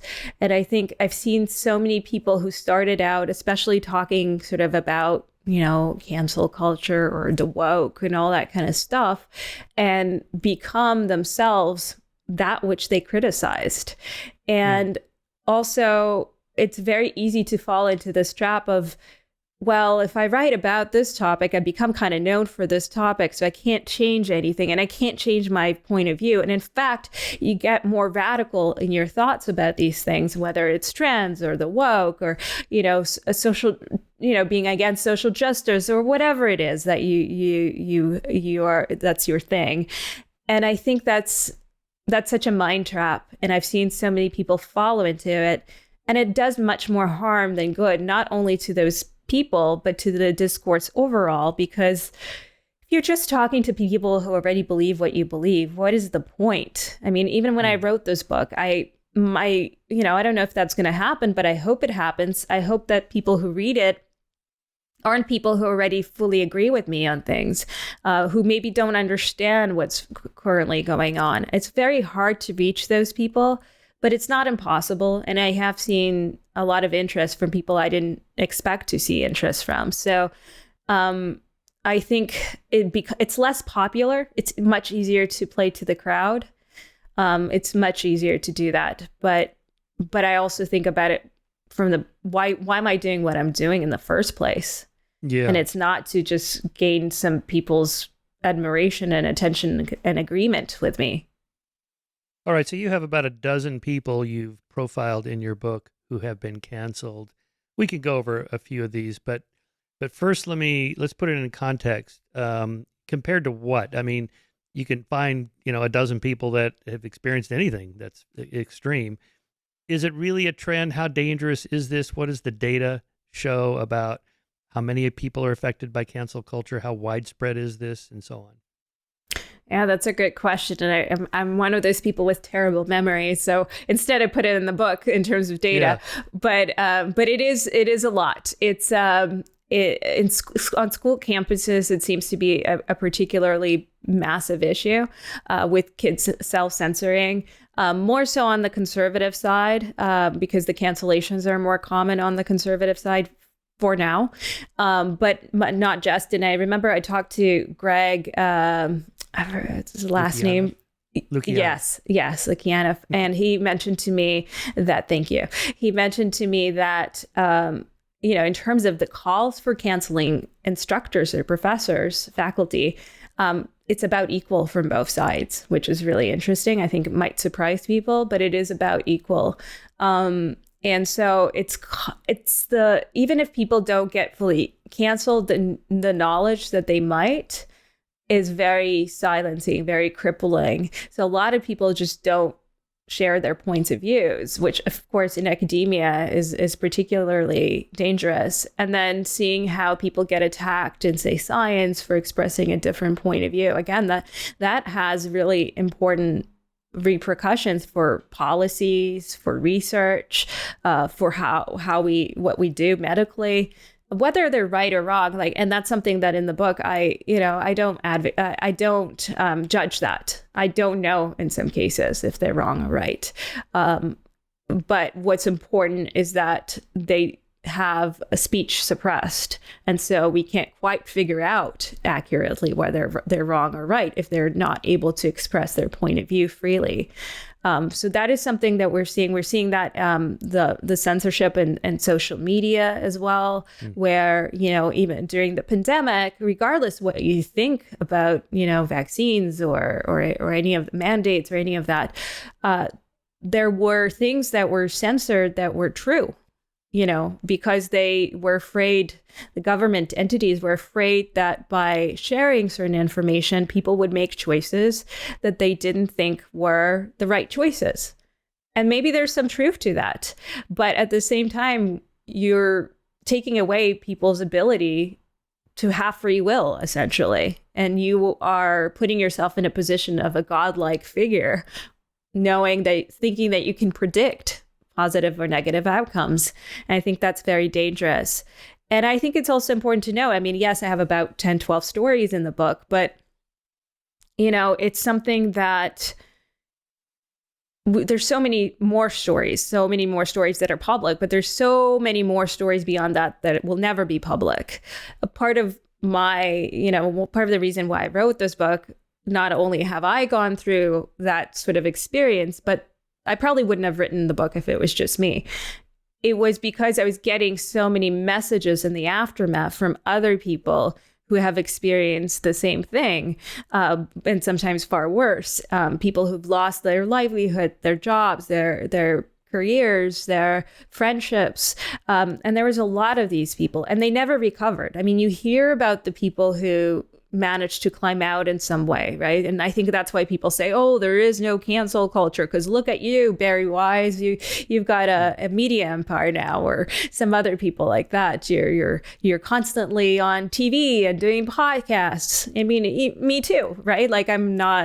My life isn't fully destroyed like I thought it would be, but I do hear from so many people, and I know there's so many people where that is not the case, where the aftermath is that they lose everything. They lose the things they love. And further, there's so many more people who just will never speak out because they know what the consequences to that are. Yeah.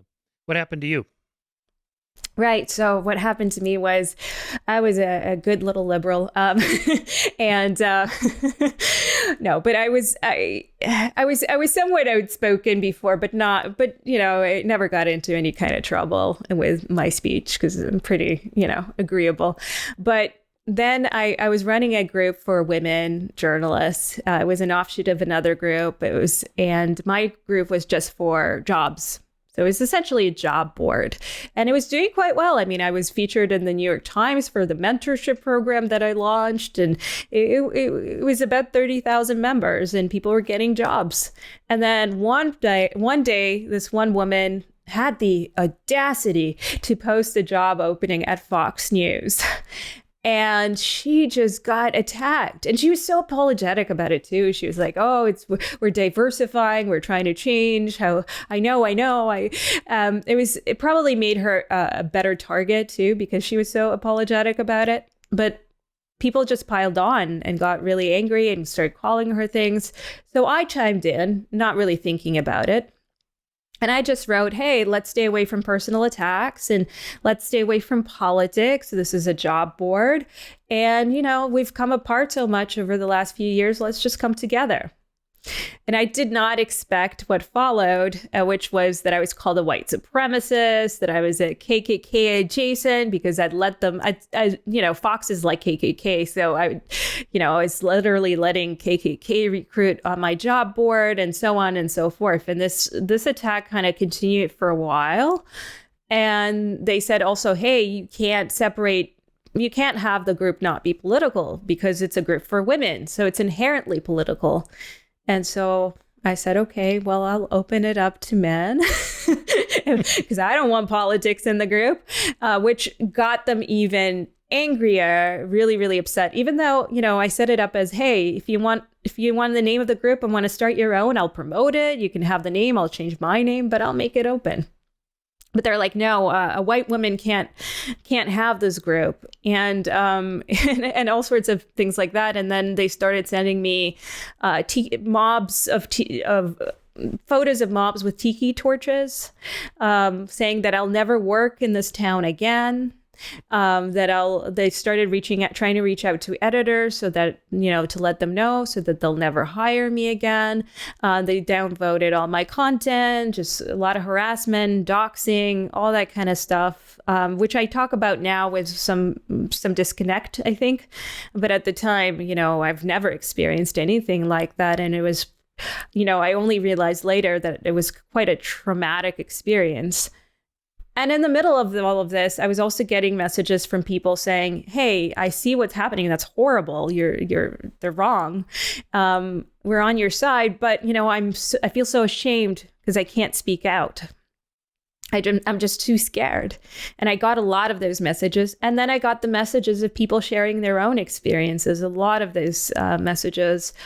And so I doubled down and I felt, the reason I sort of said trauma is I realized that now that what I tried to do in the aftermath was I tried to fix the world. I started, I tried to do a group for, journalism, proper journalism, responsible journalism. I wanted to teach critical thinking to students, and I wanted to develop programs for that. Like, I was just trying to do so much. And I think that was my way of sort of coping by trying to fix the world. But also what I did was I wrote a piece for Newsweek, and that was my first op-ed ever. And it was about my experiences, but more so it was about, what happens in a world where voices are silent and we're so intolerant towards hearing different points of views, and how we then let the bullies, have the last word and dictate what our world looks like. And when I wrote it, I sent it to some people. I was very nervous about it. I thought it would destroy my life to talk about it, because I could have probably dug in my head and sort of hid from this stuff, and eventually it would pass because people's attention spans are not very long. But I felt like a responsibility to write it, and certain people had warned me. They're like, don't do it, and they thought it was too stern too. And I don't think it's stern looking back now, but maybe I probably did looking at it then. But I published the piece. People stopped attacking me because now if they were to attack me, they're the bullies, just as I said in the piece. And I ended up getting to know a lot of interesting people. And it was really the start of me being really open about my own views and sort of practicing what I preach. And gradually, I think you can see the progression of how much more outspoken I've become. And I don't think there's much of anything that I don't say now that I think. Luckily, my thoughts aren't too crazy, so I don't get into massive trouble with them. But but yeah, it became, and I thought it was very important for me to, the book was really part of that experience of feeling like I need to make an impact in the world and talk to people, in particular people on my side of the aisle. I wanted them to understand what happens to people and and the danger that it poses when you have this silencing, whether people are silencing themselves or people are being silenced, it all leads to the same sort of outcome, which is the radical voices are the ones that run our world. And I don't want that. And that was something that, connected to my childhood and what my parents told me about, because growing up in the Soviet Union, certainly you couldn't openly speak about things. And, it was even worse, during my grandparents' times. But with my parents too, there was so much, you knew who to talk to, you knew what not to say. There was a lot of subversiveness in the system. You got a lot of creative work out of that too, because you couldn't say the truth, fully out loud. But it's like, do we want to live in a society like that? And my parents were sort of warning me that they were seeing symptoms of this in the West. And growing up, I really resisted that. I thought they were being, immigrants. Paranoid. And very paranoid. And I thought it's impossible for the West to become this way. This is a beacon of speech and freedom. There's no way. And now I'm seeing, no, we might not be at, the levels of communism yet, but it doesn't mean it can't happen. And it's such a mistake to think that because we're, in the future, we can't repeat the past, because we certainly do. And if you study the history, right, things continuously happen. And even if you look at a country like Germany, right? Germany was not this fascist haven for a very long time. It was a very democratic country. It was very free. There were lots of cultures there. Jews lived fine. And then things changed, and it could happen very, very quickly. And I think I'm so much more aware of that now. And seeing what's happening in the world today, I'm very, very concerned. Like, maybe I'm paranoid too now, but it's better to be paranoid and safe. No, I don't think so. I mean, it really can come down to the power of one man doing something bad or good.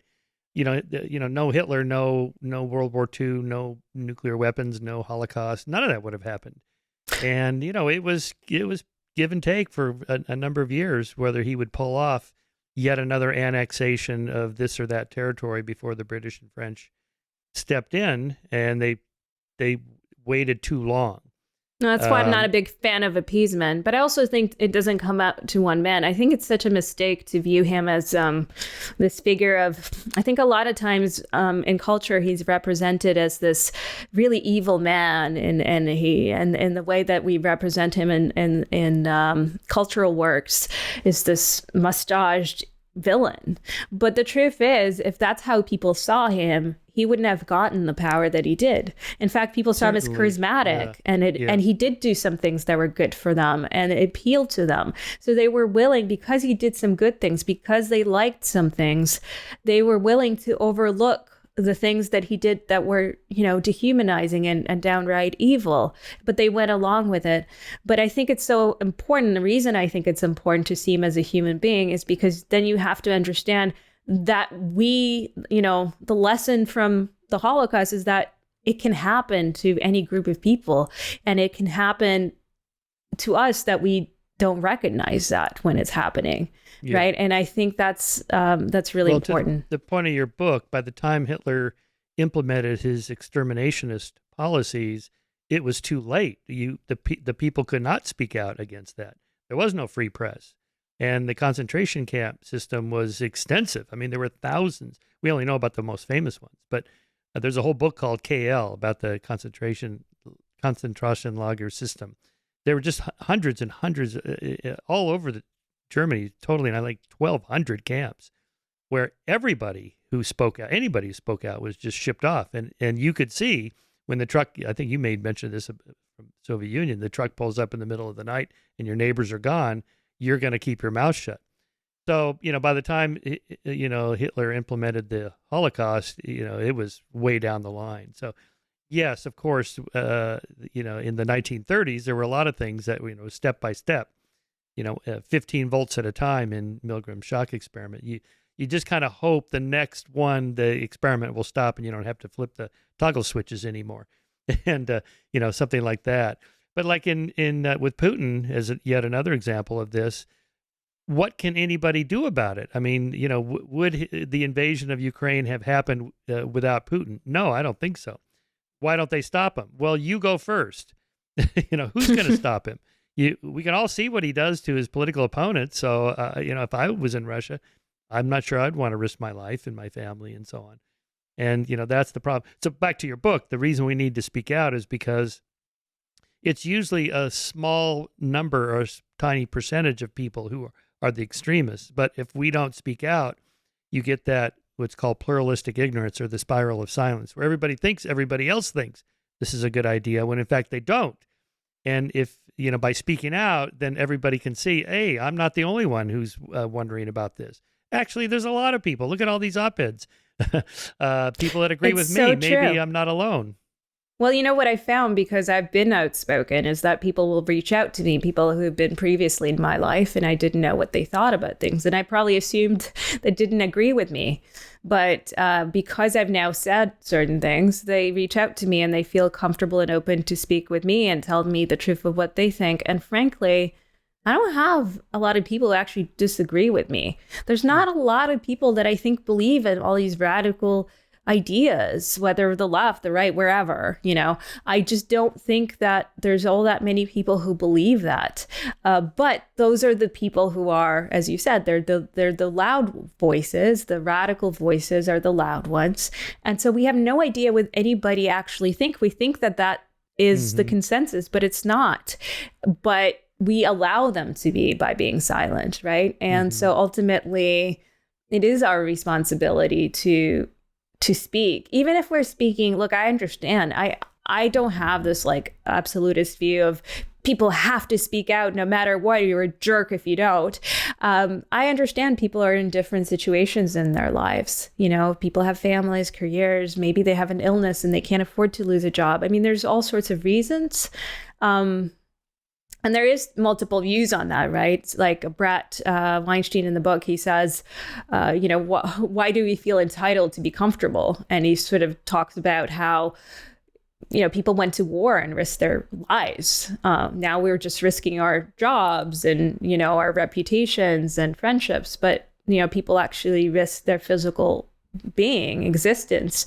And I understand that point of view, too. I guess my point of view is a little more subtle, but I would say, look, you might not be okay to speak, in a public way, but at least speak with your friends, your circle of friends. And you might think you're just one person, but, by speaking to your friends, who, by the way, if they can't take it, then maybe you should rethink your friend group, and you'll feel better by being authentic with them. Those friendships will be deeper. But then that sort of gives permission to your friends to speak to their friends, and then it grows. That's how it happens. And no person is too small for that, I think. This is a very Pollyanna-like attitude, but that I have. I recognize that. But I do believe that, because I've seen that. You still call yourself a liberal? Yeah, I think an old school liberal. I don't consider, Classical liberal. Classical. Well, I don't know. I don't even know these definitions, because I know that I'm not a conservative, because I spent enough time around conservatives to know that I don't quite align. But I don't like to be just pegged. I know that most of my ideas are more in the liberal sphere. But for example, there are things that I believe in that are more on the progressive side of things. And there are some things that I would say are a bit more conservative. So I think these kind of the duality of this stuff, I just really don't think is healthy for us.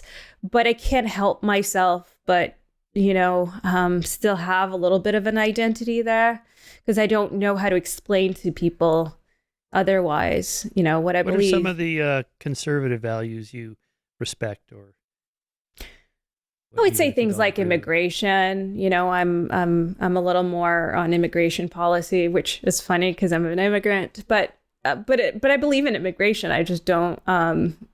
There's such a spectrum of beliefs, by the way, on the conservative side. It's quite interesting. They fight with each other. a lot. Right. Yeah. So some people are like, we don't want any immigrants. And they really believe that because they feel like they're not taking good care enough of the people who already live there. And they see the American identity as being an American identity.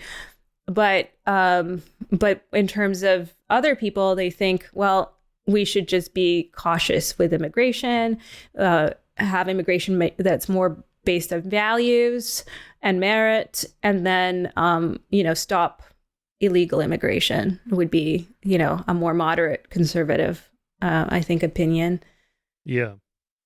Do you think the events of the last couple of months, let's just say from October 7th, and then the congressional hearings with the 3 university presidents and all that, has kind of exposed the rot in academia and the whole DEI, diversity, equity, and inclusion, wokeness, progressiveness, and so on? Everybody can now see it's gone too far and that maybe the pendulum will start to swing the other way.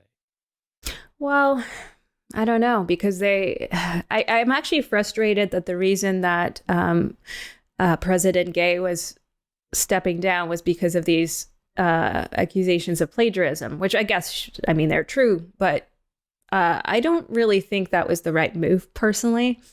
And I think the way that the school has reacted isn't to acknowledge that they did anything wrong. They more took the position that she was harassed and, there were racist elements to it, which, by the way, there were, because people immediately called her a diversity hire. And I don't know that they know anything about her background when they did that. And I think that whole thing is being used as a political pawn, even though I do think that, how that was handled was absolutely wrong. But will it change things?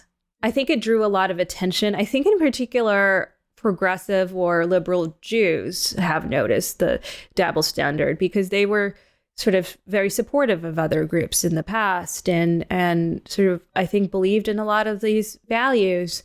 But then they now see the absurdity of some of these beliefs. And so because they understand the reality on the ground. And so I think they've shifted and they felt sort of abandoned by their community, because I see that expressed a lot and also with people that I talk to. And so I think some of them might be motivated into action. But the people who have issues with the institutions that are verbal are still on the conservative side and have been constantly looking for ways to bring that out into the political sphere. And so I think they make the mistake of thinking that they can do it on their own. And I think they need sort of the reasonable people on the other side of the aisle to do it with them. And until that happens, if they can't work together, if they can't, if they only take very polarizing actions, then they won't be able to work together. And then I don't think things will change. I do believe that things can change, but they have to change from the inside. And so people have to really start putting a lot of action into that. And I think a lot of people realize that the world is a lot worse than they thought before October 7th, based on how discourse has been going, Yeah, you might be right. I've followed this for a long time. And, like when Brett Weinstein, got ousted at Evergreen, and he was famously a Bernie supporter. There he is on Fox News, talking to the host there about everything that happened and still standing by his, far left politics. Well, this will surely do it because clearly, they've run out one of their own. And then when Pete Boghossian and his colleagues published the fake papers, to kind of expose the rot in the whole grievance studies industry, as they call it. I'm a good friend of Pete's. It's like this is going to do it, boy. When this will end these crazy journals, but that didn't really happen. I mean, those journals are still published. Or even Alan Sokal, Pete's program was called, Sokal Squared. Alan Sokal published his famous paper in 1996, and those lit crit journals are still around. There's a whole industry in academia of because these are structures that are very difficult to take apart, but also when they get attacked, they just defend themselves. They don't like self-reflect.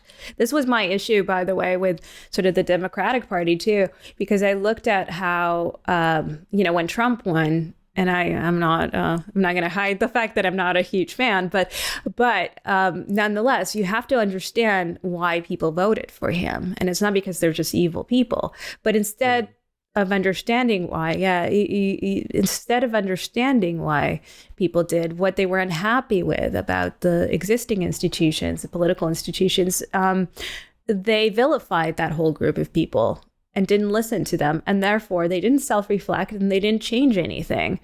And I think that is until these institutions, these people, these leaders, people in position of power do self-reflect, they can't change. Nothing's going to change, right? And they captured all of that.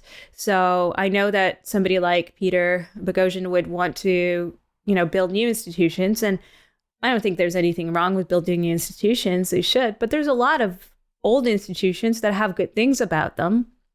And you're not going to just build everything anew, overnight. So I do think some effort has to be made to try and save them, but do that from within and try to empower people. And you can't do it with like radicalism and a hammer. You have to, bring a little honey, as they say. Katherine, that's a very conservative value. That's Burkean. Edmund Really? Burke's original argument. Yeah.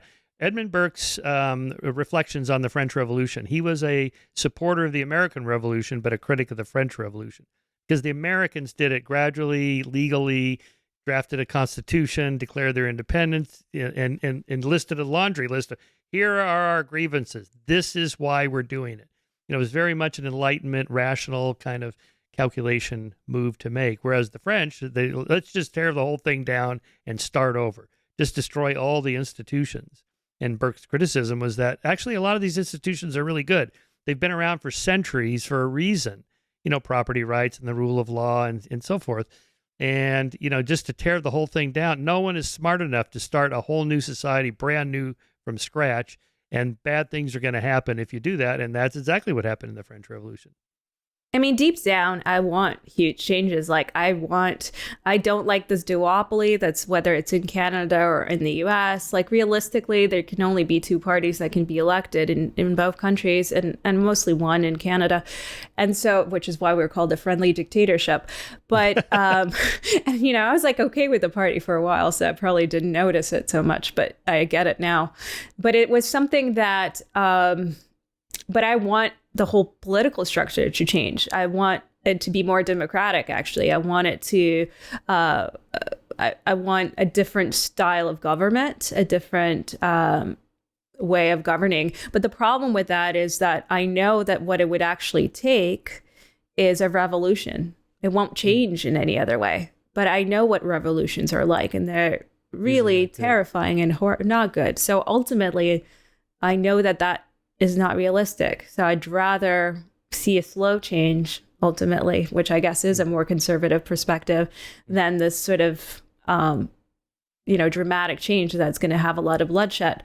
But it's interesting. You can't even talk about things as being left and right in the same way anymore because, some of the people talking about civil war, I mean, they're predominantly on the right.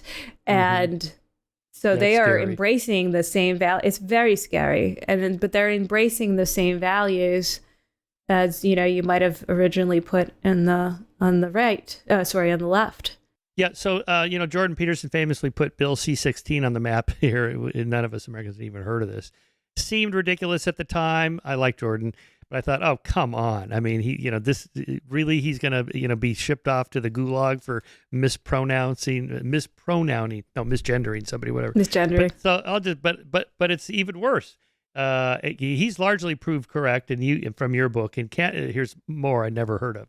In Canada, Bill C-11, known as the Online Streaming Act, which was first proposed in 2020 and received royal assent in 2023, allows the government the power to regulate online speech and even shut down the social media and streaming accounts of Canadians. Meanwhile, the Online Harms Bill, first tabled in 2021 as Bill C-36, and since rebranded as the Online Safety Bill, seriously, would have those who engage in hate online, be it via social media or public comments on news articles, face criminal charges. What? I mean, that's crazy. Yeah, and look at what's happened. That's really good. That could really happen. It could happen. It's the thing is, it's not getting. I managed to find that somehow, because it's not really being talked about. And we already have a bill, by the way, in Canada where because they make you they made certain social networks pay for linking to news sources. So, for example, if I went on Facebook today and I was trying to access Canadian media content, I can't. So it's not even visible. So there's that just passed. And a lot of people didn't like that, but it just passed. And now it's sort of quiet. People's attention span doesn't hold. So I thought, of course, this will go away because it's so impractical. It's so stupid, short-sighted. And yet it's here. And I think it's going to stick around. And then we've got in Ireland, they have, and that's also in the book, but like in Ireland, some of the speech laws that they have are just, and I don't know if it passed yet or not, but it got so far that I think it will pass. But they're, basically you could have something that they decide is hate speech on your computer and you never sent it to anyone. But, somehow they got onto your computer, I guess, or they requested you have to turn your computer over. That's also law. And and if it's considered hate speech, you can get a penalty of crime, of financial penalty and jail time, or both. Yeah. Well, this happened to Ernst Zundel when I was researching and writing my book on the Holocaust deniers, denying history. We actually, Alex Grobman, my co-author, and I, we went to, I think it was in Toronto, where Ernst Zundel had famously denied the Holocaust, and he was, put on trial for violating hate speech. I thought this was the dumbest thing I'd ever heard. I mean, when I met Ernst, he's just like this goofball. He's a nut. It's like, just give him all the media time he wants. Everybody can see he's a nut. But, silencing him. Right. So there he's out there, marching, and he's got all these supporters and people giving him money because he must be on to something if the Canadian government is trying to shut him down. This was my argument back then against hate speech. This is crazy. Streisand effect, right? Yeah.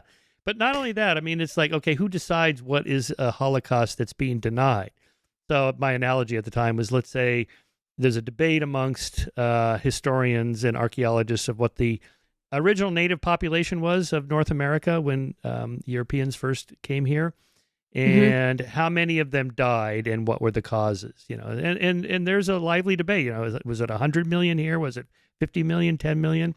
And how many died by intentional extermination or just from diseases, guns, germs, and steel and so forth, and so that's a lively, legitimate debate. So let's say the consensus is, it was 100 million and 90 million of them died from European colonialism. And I go, well, I actually think it was more like 50 million, and maybe it was half of that died intentionally. The rest was unintentional. Am I a Holocaust denier?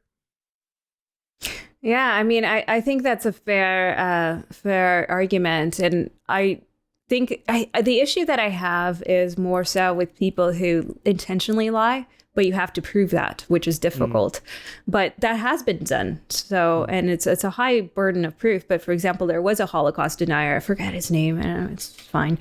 Why should I remember his name? But he's a prolific Holocaust denier and scholar. And that's David Irving, probably. Yeah, David Irving. It is. It is. Yeah. So, he was actually, that was proven in a court of law because he knew what the facts were and he lied. Yeah. And I think that's the problem I have. Certainly. Certainly I have a problem with that too. But how do you respond to that? To me, just expose the lies. This guy is not to be trusted. Let him self-publish his own books if he wants, but publishers are not required to publish somebody's book. So if they decline to publish David Irving's next work, that's too bad for him. That's accountability for your bad actions. That's fine. But the government to come in and go, we're going to decide who's going to publish what books. I don't like that. No. But you have slander laws. And so again, it's where you're lying. I don't think that to me, anyways, it doesn't constitute as free speech. If you say something that I disagree with, including Holocaust denial, because you sincerely hold that belief, I would not want that person to be put in jail or anything like that. But see, so since you have those chapters on Brett Weinstein, people accused him of just lying about COVID-19, lying about ivermectin, or whatever. I don't think he's intentionally lying. I think he probably, I know him. I think he probably believes what he said. I think he does. This is the problem with the moment you say, well, intentional lying. Well, prove it. Well, but you have to prove it. That's a high. It's going to be very difficult to prove it, but you can't just say intentionally lie. You have to prove it. Right. And because and like I said with David Irvin, it was proven. That's a significant thing, and I think you're right when it comes to other kinds of beliefs that people have. Yeah, because I don't want to be putting somebody in charge of dictating what is permissible speech and what is not. What is a Holocaust denial or what is not? Is it okay to talk about certain numbers in certain cases? Yeah, and I think it causes more harm. I also am somebody who sort of subscribed to this idea of, sunshine is the best disinfectant. Yeah. But also in today's world, I'm not convinced anymore. And I'll say why. Because often I see the lie travel far, far further than the truth. To issue that correction, I've seen it in concrete examples of false information being put out, then debunked entirely by the very source that they were citing. And yet the original lie has millions of views and the correction, the truth has 20,000, Okay, so where do you stand on Joe Rogan having RFK Jr. on his show where everybody, he's intentionally lying. Of course, he doesn't think he is. But yeah, I mean, people have been mad at me for saying this, but because I call it responsible platforming. Which I guess does sound like one of those doublespeak things. But what I mean by that, I think anybody has the right to platform anybody they wish. But I think people should take this responsibility to heart. And if you are platforming somebody, think about why you're doing it. Are you just doing it for clicks and views and bait? Are you going to have a discussion that's informed? So I think you have the responsibility to learn a little bit about what they're talking about. You're going to fail sometimes. I failed. I missed things that I wish I hadn't. But you do your best. And so when somebody says something that's an absolute lie, then or completely wrong, you give them, you say, hey, isn't it actually this? And give them an opportunity to respond. And even if you think they're evil, you have the right, you can ask them questions and see what they actually represent. Maybe they're portrayed wrongly in the public. Maybe they get it right. So I don't have an issue with people platforming other people that I don't like. But I do think that there is a level of responsibility that comes with that. And one should be careful. Certainly. And to be fair to Joe, he has had on, like he had Robert Hotez on, who would not come on to debate RFK Jr. in person. I know. Unfortunately, I thought that would have been great. But you have to understand and know what you're getting with a Joe Rogan podcast versus, say, a 60 Minutes, CBS 60 Minutes, this storied journalistic show that's been around forever. And they really research every single topic. By the time you see it, they've covered the bases and they'll have opposite points of view and so on. Well done. But that's not what, most podcasts, they don't do that. They're just, Joe's just talking to people. But you can do your best within what you've got. I mean, I also don't have all those resources. Like I said, I got things wrong. And Joe Rogan can get things wrong sometimes. He's not informed on everything, and it's impossible to be. He has such a scope of guests on. But I don't have an issue with him having RFK on. And I don't know how he handled it, to be honest. But I've seen other examples where okay, well, my favorite is Tucker Carlson. He'll have people on, and he not only sort of, if you were to make the argument, he just lets people tell their story. Okay, I can sort of buy that argument. But what he does, he also sort of confirms their story and elevates it. And for example, one of the guests he had on was lying in the most blatant way. He said that the accusations against him were X, and it was very obvious if you read any of the court documents, but you don't even need to go as far as that is not, it's factually not true. And I think to not say that was bad journalism. And to not, and then to further say, oh, yes, that's right, they're out to get you. That's not good journalism, especially since you're basing it on false premise that I have a hard time believing the person in question did not know that to be the case. Yeah. Yeah, it's a little bit like that documentary film, The Fall of Minneapolis, about the George Floyd case. Okay, what bothered me about that, because everybody's talking about this online, and oh my God, George Floyd wasn't murdered. He died of fentanyl overdose, and he had cardiovascular issues and high blood pressure, and on and on and on. And by the way, the extreme restraint technique was taught to the Minneapolis police, and so on. This is all in this film. Okay, so I thought, all right, I watched this, and the producer, this woman is a journalist at this TV station in Minneapolis. Okay, that looks legit. And then I look her up, and it's like, oh, she's not there at that station anymore. Huh? Okay, where is she now? Oh, she's at this sort of right-leaning, far-right media. Okay, and the co-producer of the film is her husband. Okay, who's this? Oh, he's head of the police union. Oh, okay. All right, and then then they have the mother of Derek Chauvin with the manual showing the little drawing of the knee on the neck, and that this is what they were taught. And then you see the chief of police going, no, that is not true. We did not teach that. Okay, and then here's the autopsy report. He died of fentanyl and cardiovascular. So, well, what about the other autopsy report we all saw that said he died of the restraint? So, what am I looking at here? What am I supposed to believe? This is, come on, and I've seen, just people I respect going, oh, I watched that film. Oh my God, I found out George Floyd wasn't murdered. Like, yeah, I watched the film too. And that's not the right conclusion. The conclusion is, what the hell actually happened? Come on, somebody give this guy another trial, or let's see everything. It's so frustrating. Yeah, and I think a lot of these things, it's easier to take a particular stance with this and be like, I'm a free speech absolutist, which I thought I was at one point, but now I feel I've changed my mind on that, actually. You did? And I did. I am under the law. I would say I'm a free speech absolutist. But when it comes to navigating these other landscapes, I think it's a lot more complex than that. And what I want to see from people is just more tolerance and more openness and more curiosity, and not having such horrible penalties for, saying something that offends somebody or goes against the dominant point of view.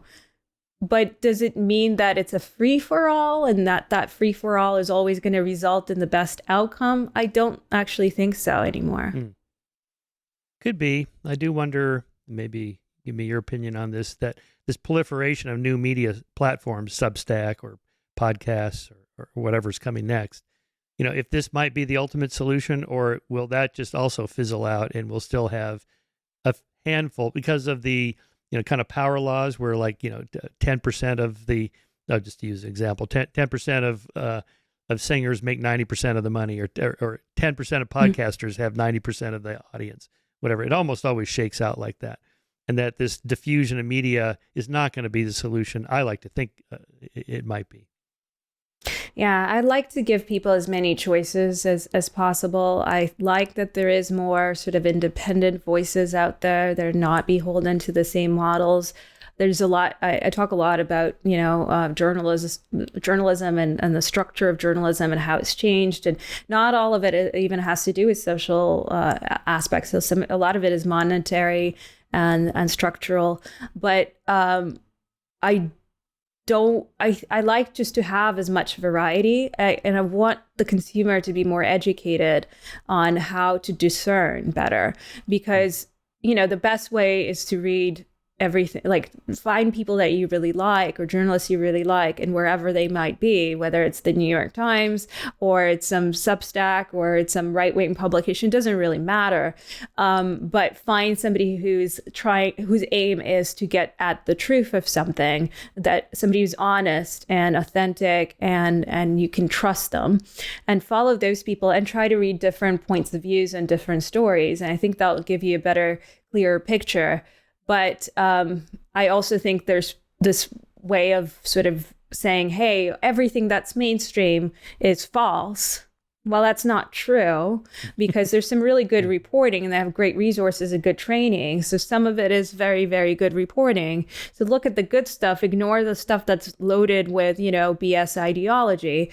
And then but then people run to these influencers and they run to Substacks and I have one. I mean, so sure, read that. But for example, in my Substack, I just express my point of view. I wouldn't rely on that as great journalism or reporting at all.